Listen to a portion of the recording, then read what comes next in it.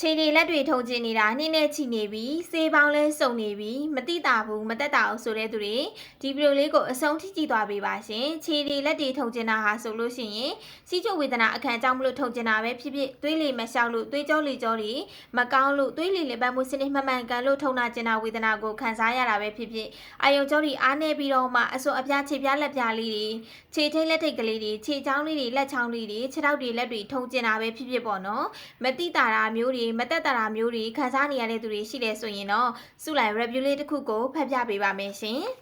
ခြေတွေလက်တွေအရန်ထုံနေတာတဲ့တပူးမကုံသေးဘူးအရန်ကိုတက်တာနေပါပြီတဲ့ဆေးကကောင်းနေဆိုတာကိုမပြောပြရသေးလို့အခုမှလာပြောပြတာပါတဲ့ကုံသွားလို့မှားတယ်ဆိုရင်ပို့ပေးပါအောင်နော်ဆိုပြီးတော့မှ review လေးပေးသွားပါတယ်ရှင်ဒီအကူကကျတော့ပျော်ဝဲဂိတ်ကိုပို့ပေးရတာပေါ့နော်လွန်ခဲ့တဲ့2ပတ်လောက်ကစုလိုက်စီမှာမိမိစင်ကိုမိမိစင်တပူးကိုစမ်းပြီးတော့မှသုံးမယ်ဆိုပြီးတော့မှ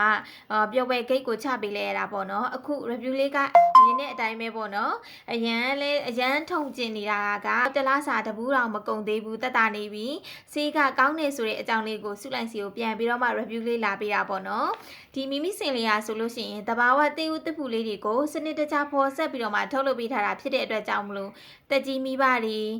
လူကြီးမိဘတွေအနေနဲ့လည်းယုံယုံကြည်ကြည်နဲ့စိတ်ချလက်ချမိဝဲပေးလို့ရပါတယ်ရှင်သူကတလားစာပါတပူကို1300မှာ